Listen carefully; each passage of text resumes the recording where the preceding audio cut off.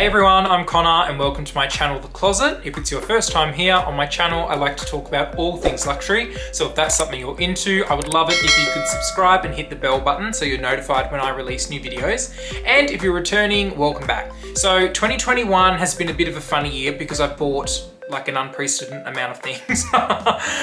So hopefully 2022 has a bit of a quieter start, but I wanted to talk about my biggest luxury win for 2021 and then my biggest luxury fail, I guess, or not regret, because I don't regret it, but not an item I've kept. All right, let's smash it out.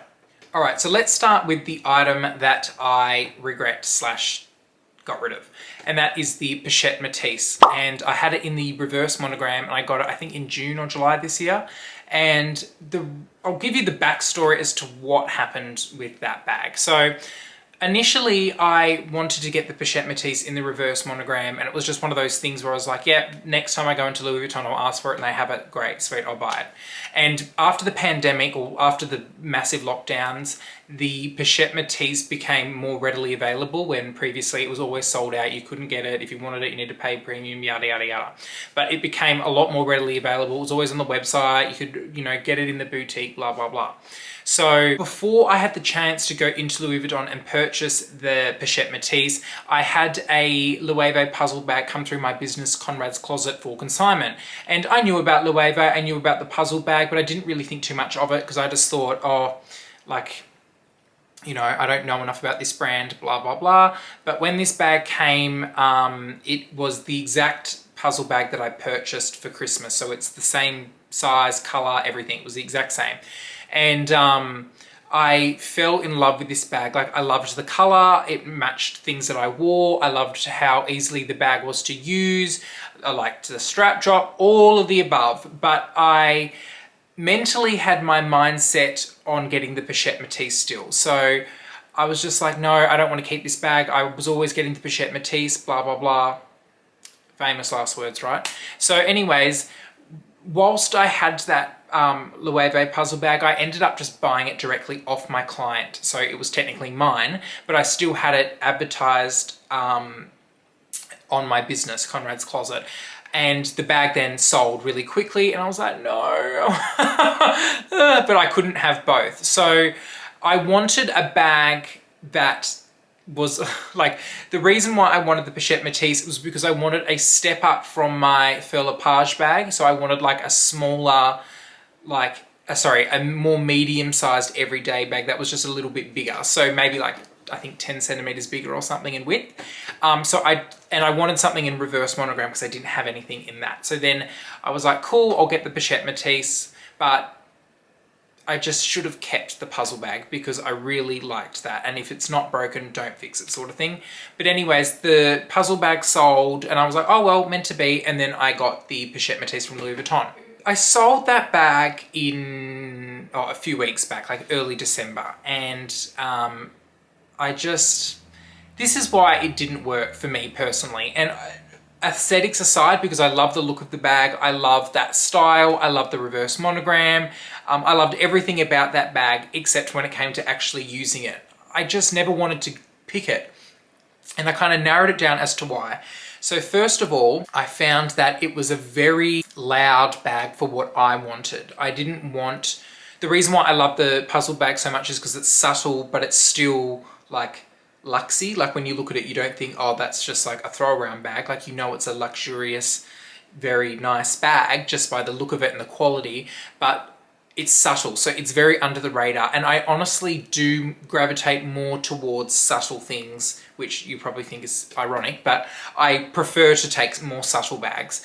So I would find myself not wanting to take it because I'd be like, oh, I'm going to this place and I don't want to take a Louis Vuitton bag. I'm going to that place, I don't want to take it. I don't want, that whole thing. So that was the first reason. The second reason was I found that I like bags where I can open them, like whilst they're sitting on me crossbody, I can open them from the top, like just undo it and reach in and grab something out.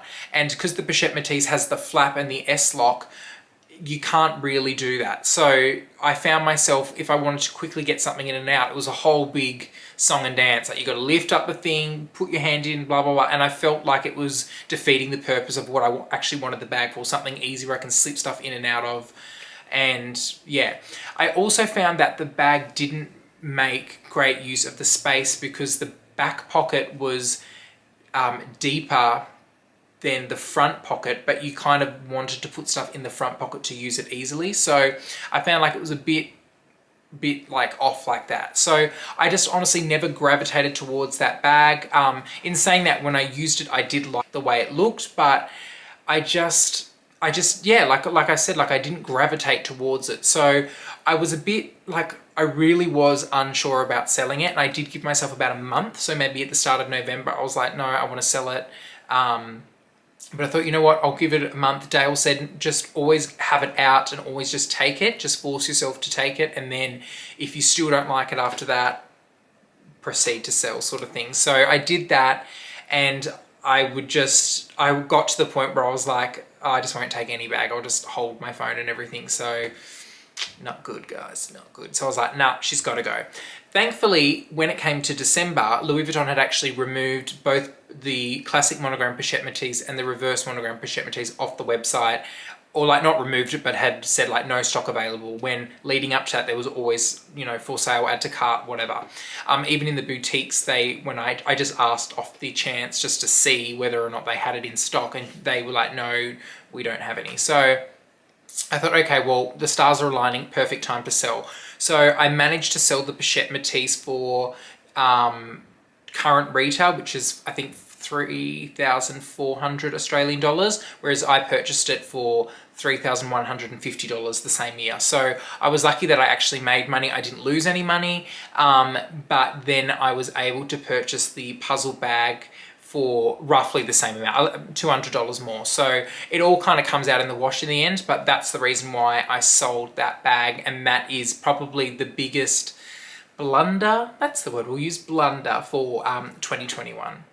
And for 2021, my biggest luxury win would have to be this bag, hands down, my Fur Lepage Hands-On 17.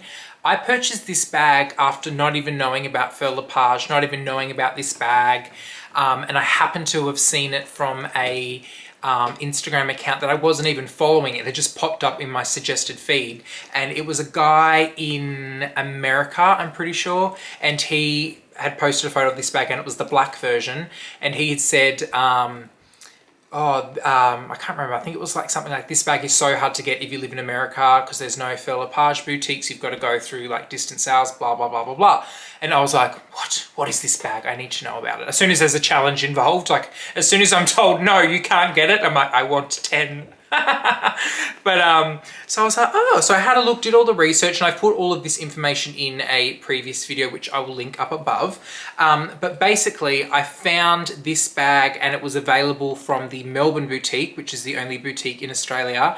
And it retailed for 1,770 Australian dollars, but I was just in love with it. I'm in love with the size. So it's about 17 centimeters in width, which hence the name Hands-On 17, and it is the silk pressed canvas front and back, and then it's the leather trim. It's also got rose gold hardware, and it's got a adjustable, fully crossbody or fully adjustable nylon strap, I'm pretty sure. It's got this little front hands-on part, which is what gives it the hands-on name, and I gravitate towards this bag nearly every single time I want to take a bag out. It is so convenient, it's so casual, and it's just very easy to use. Absolute win. Like, it's probably one of the cheapest things I've bought this year in terms of luxury items, and it's by far superseded all my expectations. On the inside, I've got a mask, looks like a maxi pad. So it's literally just one big open pocket, and then there's a leather slip pocket at the back. You probably can't see it, but and I just put like my phone, keys, wallet, all the little basic essentials in there, and just the way it sits and it feels when you wear it is just totally convenient. And in terms of wear, it's held up really well. I can't see any signs of wear. There's no corner scarfs, there's no scratches. The strap is you know, there's no pilling, there's no fraying, there's no pulls, and it's just immaculate what's the word, immaculate quality. Fur La Page make amazing bags, and because I've used this so often, I can speak exactly for how well they are made, and I'm really, really impressed. I would definitely recommend this bag if you want something that's small and convenient, especially if you want to go traveling and things like that. It's a really great travel size. But if you're just someone who naturally doesn't take that many things when you're out and about, this is a really, really good option. It comes in 3 colors. There is the black, the green, and then this is the blue or the navy, and I don't regret picking this color either. It's like completely goes with my style, and it's very, because it's such a small bag, the actual pattern is quite muted, so it's not very like flashy or anything like that. But yes, absolute win for 2021. Thanks so much for watching, everyone. Pop down in the comments what worked for you in 2021 and what didn't work for you. Did you sell anything? Do you regret selling anything? Pop it all down in the comments and let me know. But thank you so much for watching this video and all of your support during 2021, and I will see you all next time.